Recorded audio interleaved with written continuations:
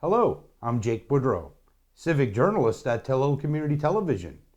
This week, on The Record, the RCMP provides an update in the case of a Richmond County man who's been missing for a year. I attended the February 25th regular monthly meeting of Richmond Municipal Council. After the meeting, Warden Lois Landry fielded questions from the media. Strait Area Transit receives government funding to expand its fleet. The Strait of Canso Superport Corporation receives provincial funding to install a charging station for electric vessels. But first, the Clearwater Seafoods facility in Almadam has been temporarily closed. Christine Penny, Vice President of Sustainability and Public Affairs with Clearwater Seafoods, said in an email that on February 26th, Clearwater announced changes to its inshore lobster procurement, grading, live storage, and processing businesses. Penny said Clearwater is currently in late-stage negotiations to sell its live lobster holding facility in Almadam to an experienced local operator. She said the live holding facility in Cape Ogut is being temporarily shut down in advance of the transaction due to the fact there is no inventory in the facility. As a result, Penny said the staff were temporarily laid off. Subject to the completion of a final agreement of purchase and sale, she said the local employees will transition to the new owner of the facility. With these changes, Penny said Clearwater is refocusing its lobster business on the offshore harvesting operations and strategic alignment with other affiliated companies. She said its shareholders are moving forward with investment in a new offshore vessel to support this business. Penny said these changes are difficult but necessary to increase resilience and secure the long-term health of the business in challenging market conditions. She said these decisions realign the business and refocus on its greatest strengths: the vertically integrated, frozen-at-sea offshore harvest, processing, and global distribution of premium wild-caught shellfish. Penny added that Clearwater still has 1,100 employees across Atlantic Canada, and with a refocus on its strongest business lines, this is meant to set the company up for success within challenging macroeconomic conditions. With March 4th marking 1 year since Cody Dwayne McDonald was reported missing, the RCMP put out another appeal to the public for information.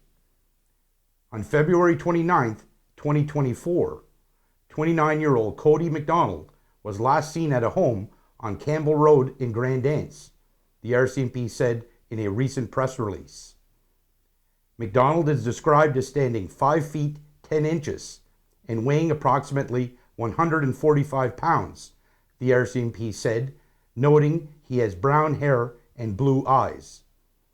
Initially, it was believed he was wearing an orange survival suit at the time of his disappearance, but the RCMP said information and evidence gathered indicates he was last seen wearing a gray hat and green fisherman boots. Additional clothing descriptions are not known at this time, the RCMP noted. The RCMP said a multi-day search of nearby areas, assisted by Strait Area Ground Search and Rescue, Sydney Ground Search and Rescue, RCMP Police Dog Services, and RCMP Air Services, was conducted in March of 2024. Over the past 12 months, the RCMP said investigators have followed up on numerous tips and officers have continued to receive and follow up on new information. At this time, the RCMP said its investigators are asking specifically for information about the days and hours leading up to McDonald's disappearance. Anyone with information on the whereabouts of Cody Dwayne McDonald is asked to contact Richmond County District RCMP at 902-535-2002 or Nova Scotia Crime Stoppers. Council approved the multi-use facility feasibility study and directed staff to investigate ways of making repairs to the Richmond Arena. So next is the committee reports. We have a couple of those to get through, so I will turn this over to Deputy Warden Brent Sampson for the Committee of the Whole report. Committee of the Whole Report, February 2025. The committee met on February 11th, 2025. The committee discussed the multi-use facility feasibility study. I move that Council accept the recommendation of the Committee of the Whole and accept the multi-use facility feasibility study as presented. All those in favor signify by saying aye. Aye. Those opposed? Motion carried. The committee discussed the repairs needed for the Richmond Arena's under-ice surface refrigeration system. I move that Council accept the recommendation of the Committee of the Whole and direct staff to investigate any necessary applications for repairs to the Richmond Arena's under-ice surface refrigeration system and report back to Council. There's a motion on the floor. Do we have a seconder?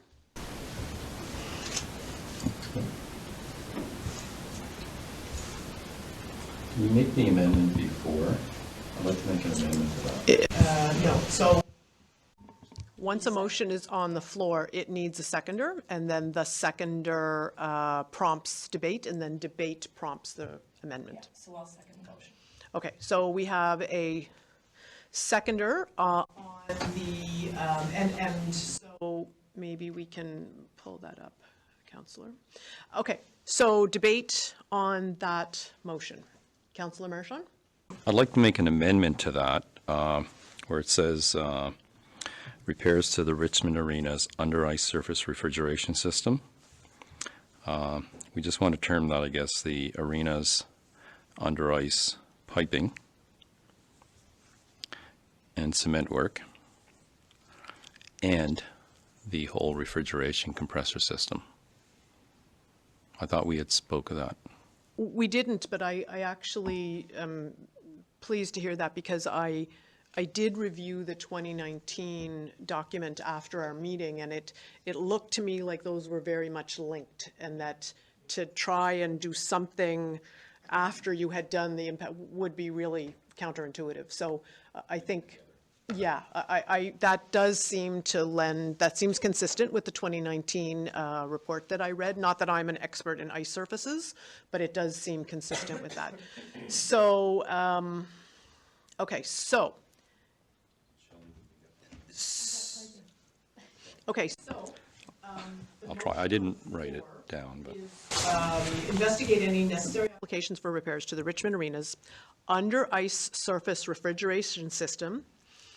Report back to Council. So you are asking for under-ice surface piping system. Piping and cement and the refrigeration compressor system.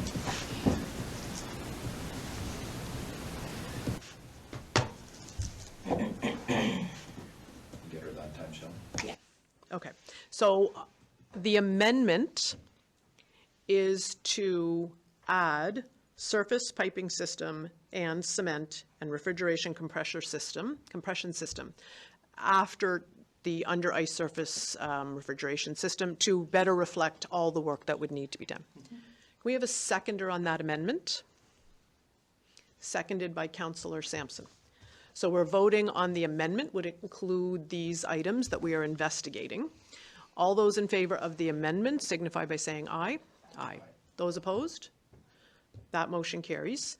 Is there any debate on the motion that now is expanded to include other items?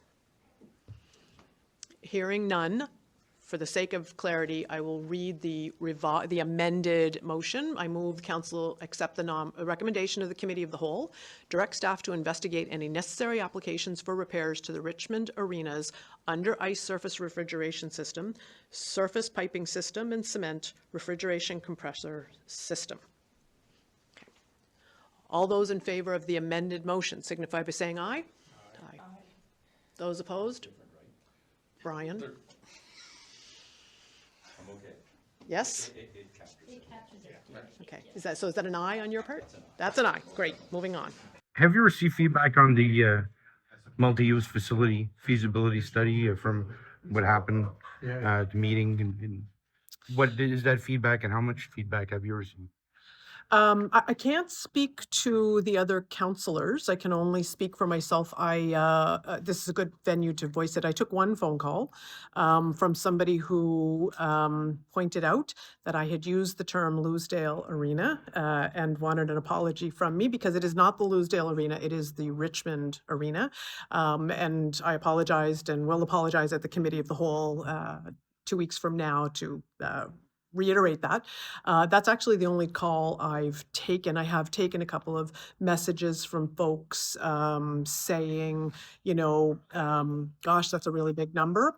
Followed some of the Facebook stuff and, what do you mean there's no pool? What do you mean there's no client? So all over the map, but very little. I think that it's clear that this is a serious issue that needs a good amount of conversation. So I think that there is a good sense that there will be more consultation no matter what happens either way. So tonight, the Committee of the Whole made a recommendation to Council, and Council accepted that recommendation tonight, actually with an amendment to expand it, to investigate repairs and what kinds of funding we could make to the current arena. And that will also inform our conversations going forward. Do you think it's a good investment to spending that money on the existing arena? I know you guys are looking into it. You haven't decided to maybe spend any money yet, but do you think that's something that's inevitable or something maybe you can avoid or not have to spend too much money? Yeah, it's a tough call. There are places, I want to say Shedicamp, and that actually has made renovations to an older structure and have gotten a good amount of investment there. That has worked, I believe, for Shedicamp. I don't want to speak too much to that. I don't know all that much about it, but I just from news articles, I've seen that it didn't work out as well for Bedeck. So where Bedeck made some investments and then now they're in the process, they have no arena. So I think it's a tough question because ultimately the arena in Loosedale, the Richmond Arena in Loosedale, is almost 50 years old, I believe 47 or 48 years old. So making, renovating a certain part of it doesn't change the fact that you have a 50-year-old building.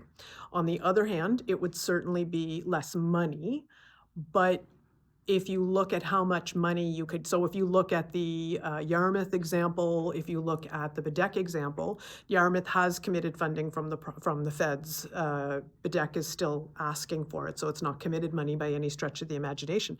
But it's a good chunk of that money is coming from federal and provincial governments. So what would be the municipality's share of a new arena or a new arena plus whatever else you wanted to add on to it?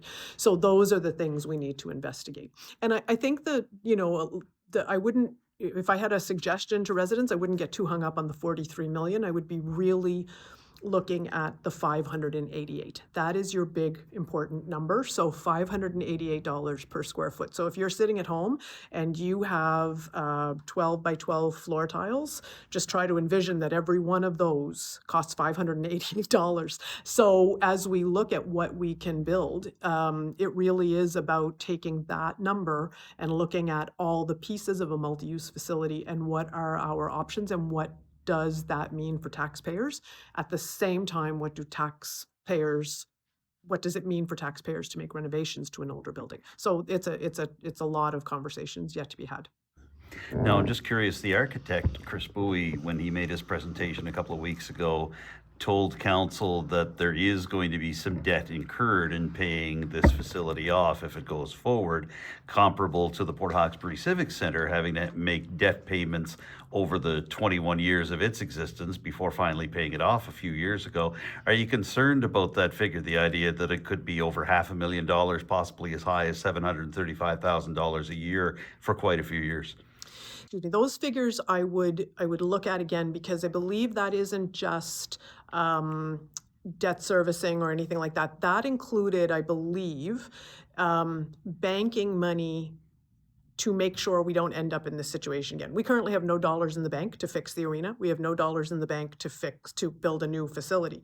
So I believe some of that money is also to look at reserves so that you have money available as your facility ages. So there would be debt probably, because we don't have, whatever our portion is, we don't have it saved up and ready to go.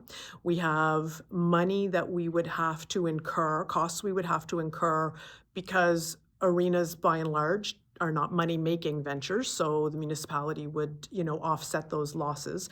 And does the municipality want to put money into a reserve to make sure that as the arena ages, there's money set aside, saved up, a rainy day fund for the arena? That hasn't been done in the past, but do we want to do that? So all of those things are dollars that have to come out of the coffers from somewhere, or more dollars have to go into the coffers. So yeah, those are definitely a concern, for sure. And yet at the same time, do we want to be a community without an arena? Right? So it's a really difficult conversation. Now, just on that front, is there danger of service disruption in terms of the ice surface, given what needs to be repaired? Has there been any service disruption at this point? What can you tell me about that? We had one day 2 weeks ago, I believe, where we were down for a day, a Thursday, high school hockey game evening, so there were several, but they were able to address that in one day. I believe some of the issues are that the arena has been later opening.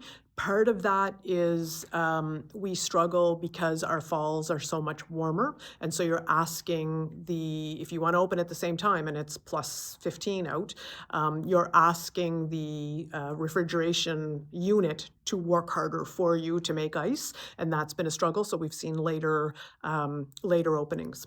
So those are, certainly the telltale signs of a situation that needs to be addressed. And I think you've seen unanimous support around here to investigate around this table, to investigate the floor, the piping underneath, the refrigeration system is a recognition that we're concerned about that for sure.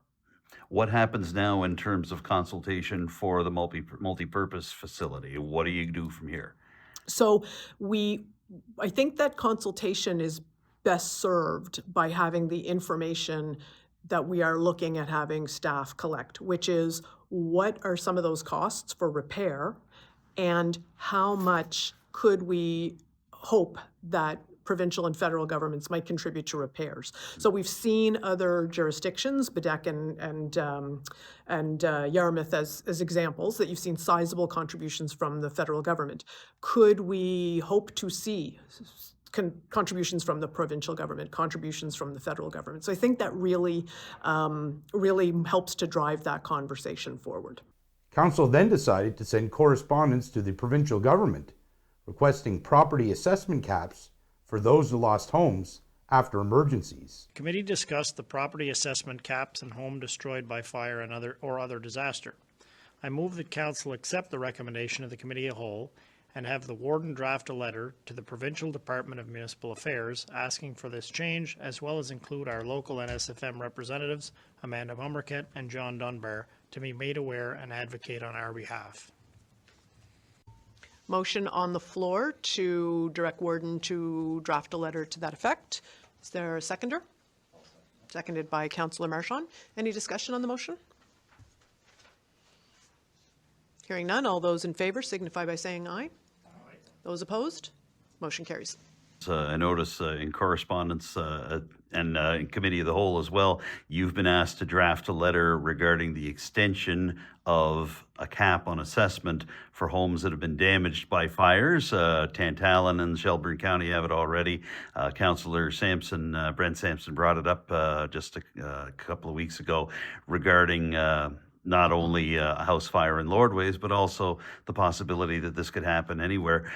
Minister Lohr is stating Tantallon and Shelburne County are specific cases, but that he's willing to look at it at a case-by-case basis. Your thoughts on this whole situation and Richmond's role in this discussion? I know that the MLA for Tantallon raised the issue in the House during several sessions, and the minister's response was, that falls to the municipality. The municipality can do different things, but they did have a change of heart right after the election. So Minister Lohr flagged his concerns, and it wasn't an immediate yes to the questions in Nova Scotia around that. I think that what we're seeing now is as property values and property value assessments are rising, the loss of a cap and the impact that that has for people is now hugely impactful, given, so many other issues with affordability. So I think the issue is becoming more and more pressing. So, we'll send that letter to Minister Lohr. We'll ask the NSFM to kind of support us in that. And if the NSFM sees fit to kind of flag it as a concern to many rural communities, then I'm optimistic that Minister Lohr is open to those conversations, particularly with the NSFM, should that be, a position that they're prepared to take. So I think there's an openness on the part of government. There has been around the 10 town, because the answer was no several times on that front. It goes back to the fact that you're talking about people through no fault of their own who have lost their home, and the impact of getting a new building permit and putting a new house on that same property, same square footage. You lose your cap, even though it starts again on that day, but it does change how much property tax you have to pay out. Yeah, I know the insurance industry refers to it with phrases like act of God or force majeure. Are you hopeful that that argument would apply equally in terms of assessment in this case? Yeah, I am hopeful. I think, though, that it is incumbent upon us, and Minister Lohr expects us to be able to make that case. So I respect Minister Lohr's request that we do that. And so we'll do that and start to kind of make our case, both with the minister, but also with the NSFM, to say, look, as a federation of municipalities across the province, we think this is something that is worth taking up on a larger scale. The Acadiaville Community Centre Society was approved for a $500 municipal grant, with the money coming from District 2 funds. The committee discussed the grant application from the Acadiaville Community Centre Society for startup activity grant funds in the amount of $500. I move that Council accept the recommendation of the Committee of the Whole and defer the grant request from the Acadiaville Community Centre Society to the next Council meeting. Seconded by Councillor Marchand, and just a note that is on the agenda for this evening. Any discussion on that motion? All those in favor signify by saying aye. Aye. Motion carried. All opposed? Motion carries. So unfinished business, the package, so the amendment, I did, just by way of explanation, I did speak to the Acadiaville folks, and Christine Babin in particular, who is the name on the submission here. I did just want to clarify that to recognize that there was nothing about this process that made them better able to do it. So that's kind of the difference between startup and sponsorship. And I was worried that they would get hogtied in, tie themselves up in having to do it again because they called it a startup activity. So you'll see that the front page has been amended. So it's essentially the same dollar, same request, but I think it speaks to the better thing. So sorry, I didn't speak to anybody before this, but I'm happy to see $500 from District 3 funds go to that. So if anybody can give me a hand. Yeah, I'll move that part. Yeah, the first page is the same. It is. Just they went under type 3. Yeah, so that's right. Sorry, it's second page. That should be different. Yeah, apologies. I'll move that we accept the grant from Acadiaville Community Centre to the amount of $500 coming from District 2 funds. That's where you want them to come from? Yes.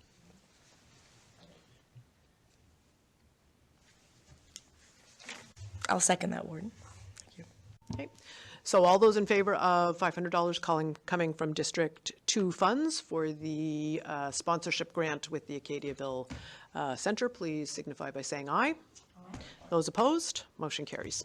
So there is no other unfinished business in our package. However, starting on page 33 and going right to the end of our package is the review of action items there for you to peruse. Is there any comments, concerns, Councillor Marchand? I don't remember which number it is, but how's the email between you and DCB going? Madam Chair, through you. They got back to us yesterday, I think it was.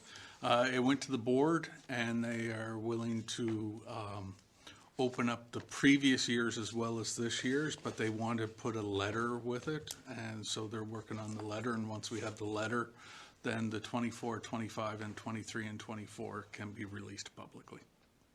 That's the best the board was willing to do. There's just a letter that they want to include with those financials for clarity, and once we have that letter, then we'll pass that along and give you guys the green light to do what you need to with it. It may come in the form of that letter, but was there any discussion about why not the years before that, or we might? was not. Yeah, we might find that in the letter and we can respond accordingly. Yep, yep. That's Okay, all I'm doing at this point. sure. Any other comments, concerns, queries of items on the action plan? No? Now, I know it wasn't a significant amount of money, at $500 for the Acadiaville Community Center Society, but I imagine it must be good that you were able to find them the proper grant stream, get them their money, and what is that money for? So they have a spring fling. So lots of communities have breakfasts. They don't have a regular activity that goes on every Sunday or one Sunday a month. But they are looking to celebrate spring. It is really their major fundraiser, that spring fling event. So they're looking to give back to the community, and that's what district funds are for. So, you're looking at a way for the district funds to be able to support a community group in their efforts to provide, free breakfast to the community, that kind of thing. Just a little clarification is that I think there is some question that without municipal funds, could they do it every year? So that's why I just asked for just a little revision of that, because I don't think it is startup. I think more of it's, they're asking the municipality to sponsor that, because I don't know if they could say today if they could do it next year without municipal funds. And those are kind of one-offs, right? So just to kind of make it a little bit clearer to align with policy. The Whiteside Church Preservation Society was approved for a $2,000 Type 4 grant, which will come from District 3 funds. The committee discussed the grant application from the Whiteside Church Preservation Society for the Type 4 Regional Health General Grant Funds in the amount of $5,000. I move that Council accept the recommendation of the Committee of the Whole and approve the Whiteside Church Preservation Society grant request for the Type 4 Regional Health General Grant Funds in the amount of $2,000 and be allocated from the District 3 funds. A seconder? I'll second that. Seconded by Councillor Marchand. Any discussion on that motion? Hearing none, all those in favor signify by saying aye. Aye. Those opposed? Motion carries. I remember when we spoke to you last month at this time, 2 applications that had come forward from parish groups, Lordways and Whiteside, had been looking for some activity from council and some approval from council. And you mentioned that the threat of tariffs was one reason they really wanted to get this funding in and start getting materials for the various renovations. Whiteside, which was deferred last time around, has gotten its $5,000 tonight. Did they apply under a different program? What can you tell me about the change there? Whiteside did not get the $5,000. Whiteside got a certain amount from the district funds for District 3. So really that was about looking at opportunities to revisit the application, keeping in mind that application is a little bit unique because they're looking at restoration work, and so only certain people can do restoration work, so asking for 3 quotes is an impossibility. So there were several items to consider, but they didn't get the full amount, but they did get a good amount from District 3 funds, consistent with the way we've done funds to church groups in the past. But I think it does speak to people want to get work underway. I think we're going to see several requests for infrastructure work in at the next Committee of the Whole meeting, again, for part of those reasons. Do you have a ballpark figure on how much the Whiteside group did get? 2,000? I believe that's what it was. Yeah, it was, I believe 2,000. Okay, all right. Quick question then on a sorry, I'm just getting this together.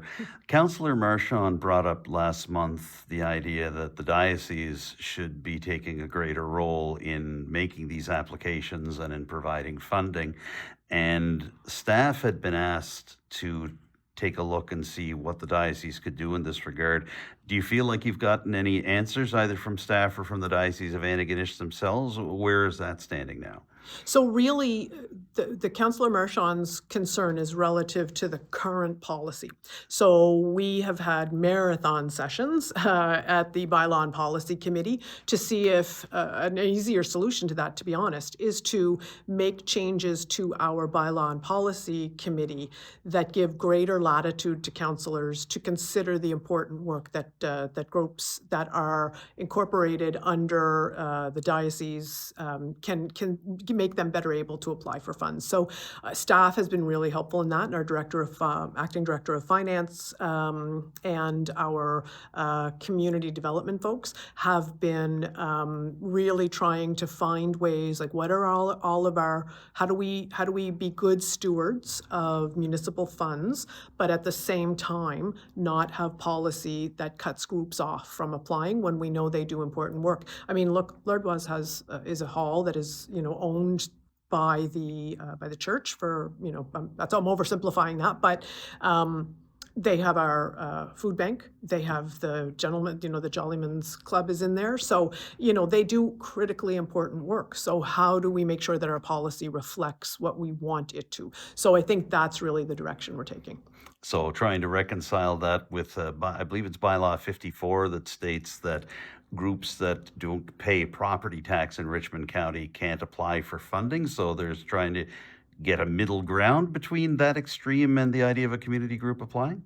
Yeah, and we haven't been particularly attached to that. So you can apply for funding, and we want to make sure that because what we currently say is joint stocks, right? Because that is the default, and that is the easiest way. And if you're not registered with joint stocks, you can't have a bank account. And if you can't have a bank account, we're not writing checks to Adam Cook, right? We're writing checks to organizations. So some of it is just in the logistics. But is there a way to better capture a registry of joint stocks, or something else that shows that you are a registered entity, so we can say, check, we have been good stewards of the resources, but at the same time, we recognize the important work that these folks do.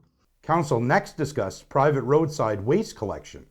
I'll turn it over now to the CAO regarding private roadside collection requests policy.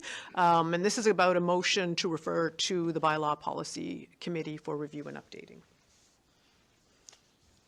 Is this one? I think this one is mine. This came through. Yeah. Oh, I'm sorry. Yeah. But that's okay. That's all right. You can speak to it. Sure. Whichever. Very simply, it's the policy we have for roadside collection and what stipulates which roads we can go down, which ones we can, and we're just looking to send this back to Bylaw and Policy for further review and additions or edits if required. Great. So that's the subject at hand. Can I have a motion to take the private road curbside collection requests policy to the Bylaw and Policy Committee? Moved by Councillor Mumbercat. Can I have a seconder? I'll second that. Seconded by Deputy Warden Sampson, that we take the private road curbside collection request policy to the Bylaw and Policy Committee. Any discussion on that motion? Councillor Marchand? Yeah, is this coming up because of a request in a subdivision? Okay. But I thought in that policy that subdivision owners just had a request to have garbage. I thought that was in there already. So they're asking for a request to pick up garbage in their subdivision? So I'll ask Councillor Mumbercat to speak to the specific request. I will say that each district would have issues along this line, so I'm happy to see it go to Bylaw and Policy, but we can ask Councillor Mumbercat for a little more background if you like.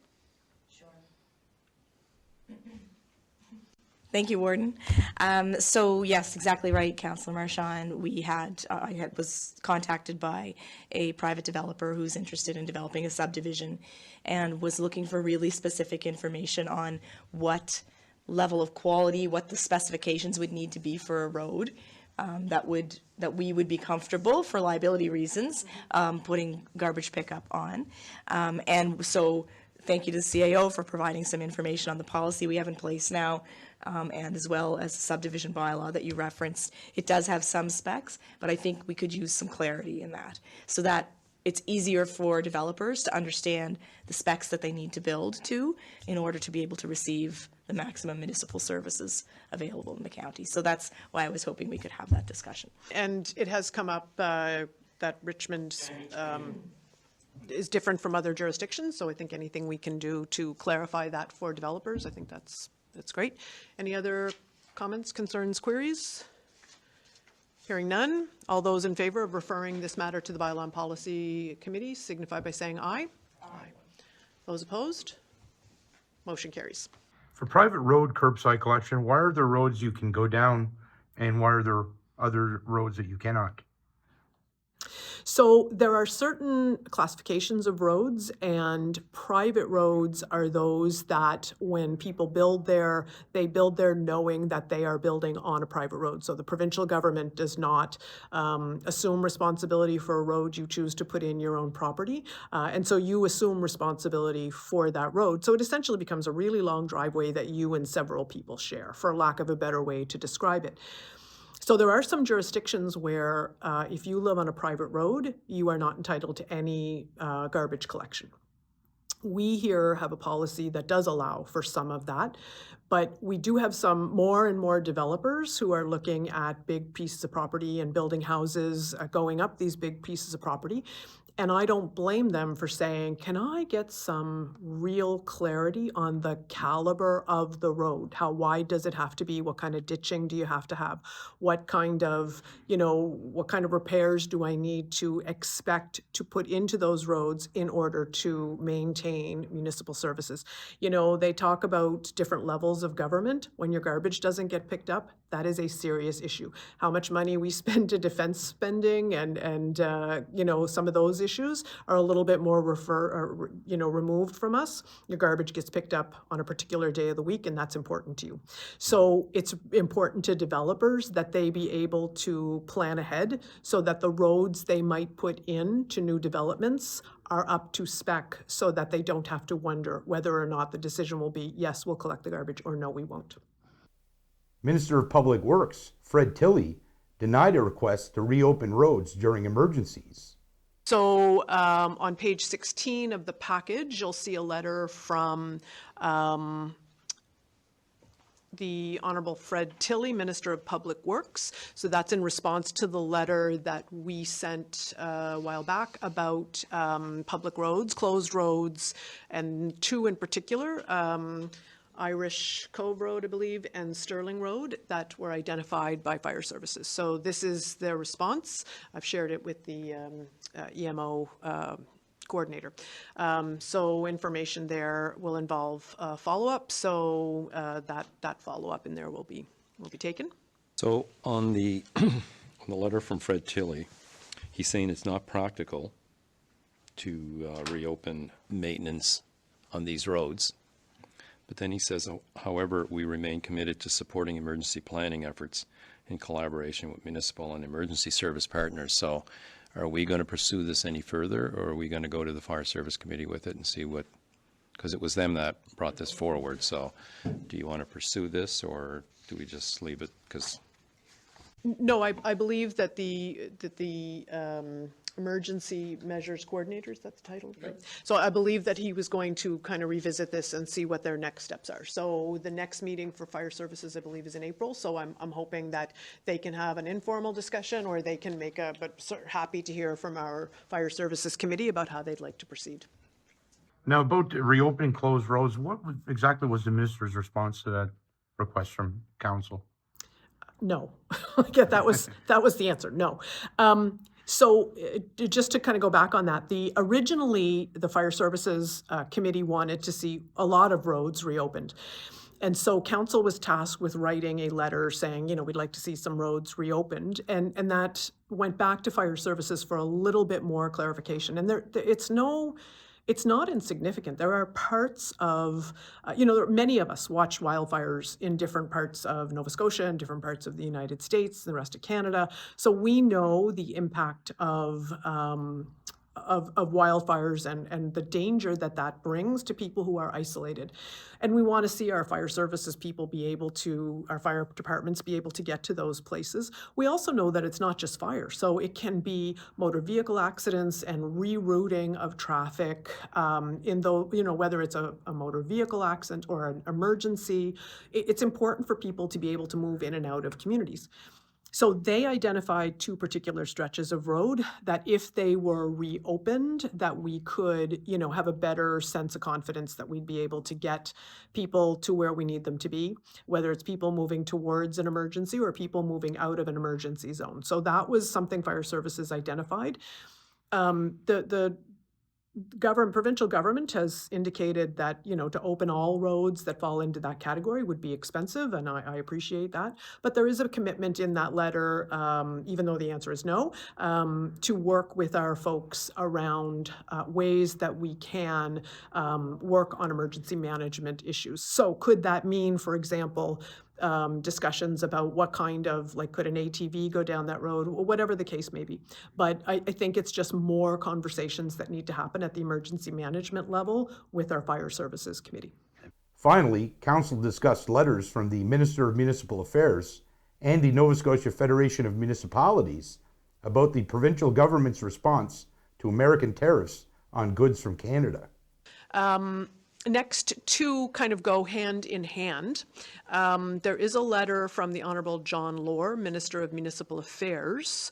And so these 2 items are probably best considered alongside each other. So this one is to mayors and wardens. CAOs were copied. If you are supportive, the 3rd paragraph reads, if you're supportive of issues regarding, we may say yes to reduction in interprovincial barriers, etc., asking for your council to signal your support for greater resource development within our province by a letter or press release. So that is a letter that was dated February 11th from the Minister of Municipal Affairs. So not long after that, on February 12th, came a letter. So I'll get you a second, Councillor Marchand, but these 2 came back to back.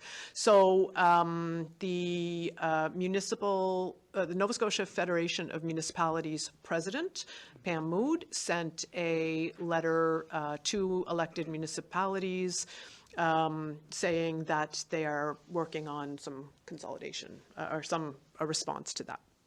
So on those 2 matters, I'll throw it up if anybody has any discussion. Yeah, I guess my comment for this one was it's not under action required, and I thought maybe they were looking for something that we should send a letter. I get the impression from the NSFM that they have concerns with it. I have no concerns with it, but those concerns they address are concerns, for sure. So I don't know if we should make a motion that we send a letter, because it seems like they're asking. They want you to consider if you're supporting it or not. So I'll leave anybody else make their comments. Go ahead, Councillor. Okay.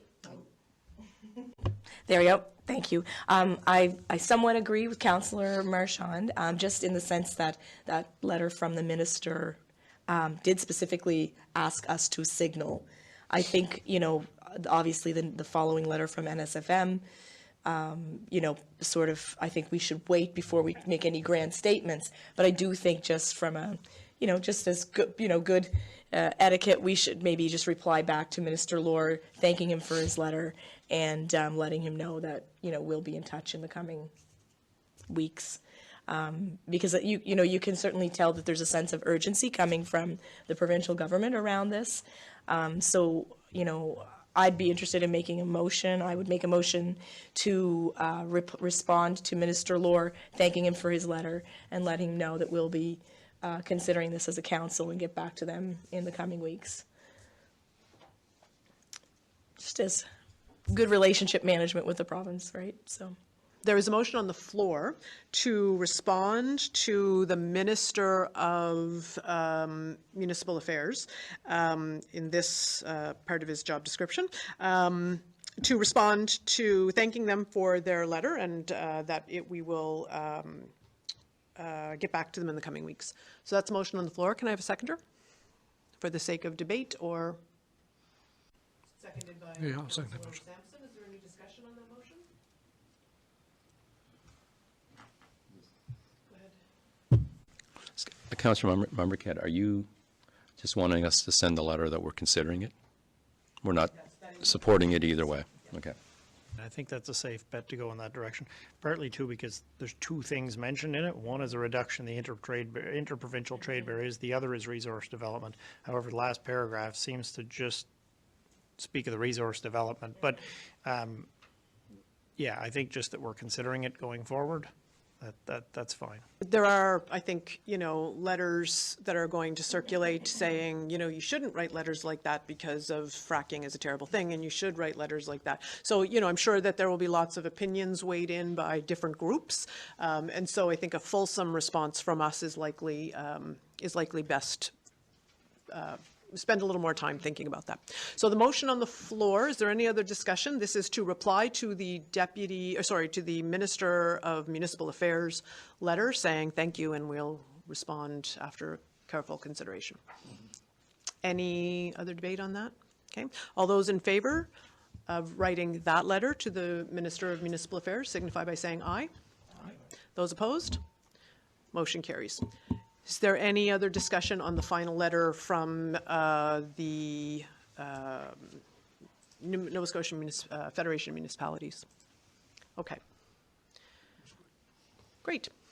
I know last week in Port Hawkesbury Town Council requested a little more clarification about the province's plans to look into more resource extraction. What's your take on those plans? Yeah, the province is mindful of several economic factors that are impacting the province and the country as a whole, right? So we have what's going on in the United States, the threat of tariffs, but actual tariffs on a couple of products already. And the threat of tariffs, significant tariffs, that are going to really, turn our traditional economics on its head.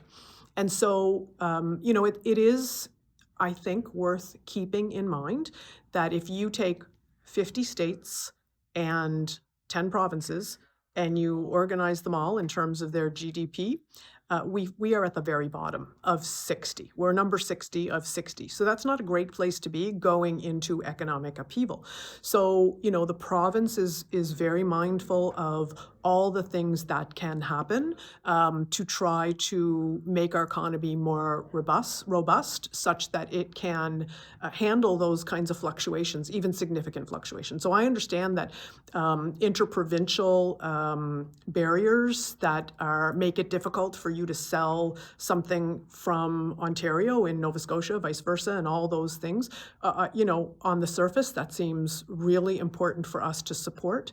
Resource extraction is a little bit more of a sore point for several folks in the community. And so we want, like the Port Hawkesbury Council, we would just like a little bit more time to reflect on that. Council voted tonight to respond to the letter because we want to show that we are actually considering the request. The NSFM is also looking at sort of providing some support to municipalities around, what to watch for, what to look for, and maybe there's an opportunity for the NSFM to make a statement on behalf of each municipality. So there's lots of conversations happening at that point. The federal, provincial, and municipal governments are providing $900,000 in funding for Strait Area Transit Cooperative Limited. According to a press release, the funding will go towards 2 16-passenger accessible buses to expand Strait Area Transit's fleet and allow them to transport larger groups. Nicole Briand, General Manager of Strait Area Transit Cooperative, said rural transportation is an essential service for many Strait Area residents. Briand said this expansion will allow Strait Area Transit to continue providing inclusive, safe, reliable, accessible, environmentally friendly, and professionally delivered transit services. The town of Port Hawkesbury has used some of the funding to develop a new multi-use pathway and accessible sidewalks, connecting active transportation facilities to destinations throughout the region and to the Nova Scotia Blue Route, the press release said, noting that the town is contributing $197,800. Port Hawkesbury Mayor Brenda Chisholm-Beaton said this project, coupled with existing and recently installed and planned active transportation facilities, will transform the way residents and visitors move throughout the town and drastically improve accessibility and safety for users. According to the press release, the federal government is investing more than $340,000 through the Rural Transit Solutions Fund, while the government of Nova Scotia is contributing more than $85,000. The federal funding is contingent on the signature of a contribution agreement, the release noted. Richmond MLA and Energy Minister Trevor Boudrot said transportation connects people to their community and connects to opportunities that grow the economy and unlock the province's full potential. By supporting the Strait Area Transit Cooperative, Boudrot said his government is doing more than just making sure people can get where they need to go. It is helping people live better lives and, in the process, create a brighter future for Nova Scotia. The press release stated that the federal government is also investing more than $296,000 through the Active Transportation Fund to develop an active transportation plan. Cape Breton Canso MP Mike Kellaway said the funding for public transit and active transportation will make it even easier to get around the town without relying on a car. Enhancing active transportation options and increasing access to public transit are two ways the federal government is lowering the carbon footprint and supporting the transportation needs of Canadians, Kellaway added. 14 seafood companies and related organizations across Nova Scotia are receiving funding to help reduce their carbon footprint.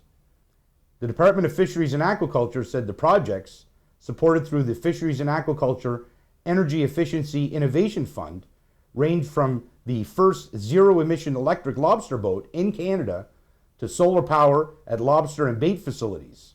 According to the province, the recipients include the Strait of Canso Superport Corporation, which will receive $250,000 toward a charging station for electric vessels. Chris Vescoto, Executive Director of the Nova Scotia Seafood Alliance, said the fund represents a direct investment into members of the Nova Scotia Seafood Alliance and the seafood sector to reduce their bottom lines by increasing efficiency, mitigating greenhouse gas emissions, and reducing the biggest cost they have for operation, energy.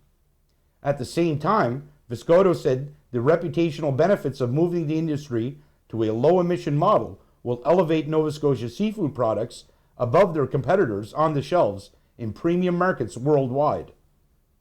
The province said the fund is a $6.5 million three-year program that supports new projects that reduce greenhouse gas emissions produced by boats, buildings, and other commercial fisheries and aquaculture operations. The provincial government said it is now accepting applications for the fund's second round. The deadline for applications under round 2 is April 11th, the province said, noting that the Nova Scotia Fisheries and Aquaculture Loan Board will make available $10 million over 3 years in dedicated lending to support eligible applicants. The Department of Energy provided $2 million to the fund, the province said. Kent Smith, Minister of Fisheries and Aquaculture, said addressing climate change continues to be a priority for his government. Funding for these seafood organizations will help support efforts to respond to climate change, reducing fossil fuel use and greenhouse gas emissions, as well as reduce costs for the industry, the minister added. Thank you for watching. Please tune in again to find out what we will be talking about on The Record.